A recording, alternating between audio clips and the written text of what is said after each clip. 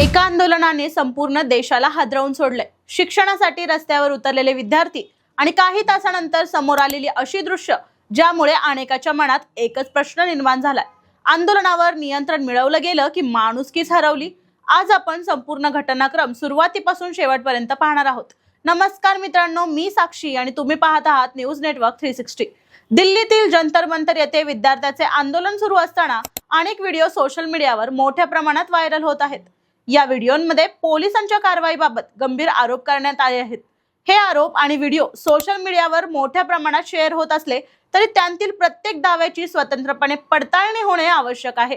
आंदोलनकर्त्यांचा आरोप आहे की संसदेकडे शांततेत मार्च करण्याचा प्रयत्न होत असताना पोलिसांनी त्यांना अडवले, बॅरिगेड्स लावण्यात आले, त्यानंतर अश्रुधुराचा वापर करण्यात आल्याचा आणि काही ठिकाणी लाठीचार्ज झाल्याचाही दावा केला जात आहे। संसद परिसरात मोठ्या प्रमाणात सुरक्षा वाढवण्यात आली। एका व्हिडिओमध्ये आंदोलकांवर दगडफेक होताना दिसली। दुसऱ्या घटनेत एका लहान मुलीला पोलीस कर्मचाऱ्याने काठीने मारल्याचं दृश्य समोर आलं, ज्यामुळे अनेकांनी संताप देखील व्यक्त केलाय। याच आंदोलनादरम्यान काही विद्यार्थ्यांना इलेक्ट्रिक शॉक देण्यात आल्याचाही आरोप करण्यात आला आहे। दरम्यान एका पोलिसाने तिरंग्याचा अपमान केल्याचं दृश्य समोर आल्यानंतर देशभरातून तीव्र प्रतिक्रिया उमटल्या। इतकंच नाही, सरकारी वाहनांच्या तोडफोडीबाबतही मोठा वाद निर्माण झाला। समोर आलेल्या दृश्यांमुळे नेमकं काय घडलं यावर अनेक प्रश्न उपस्थित झाले। या सर्व घटनांनंतर एक चर्चा देशभर सुरू झाली। शिक्षणासाठी रस्त्यावर उतरलेल्या विद्यार्थ्यांशी अशी वागणूक योग्य होती का?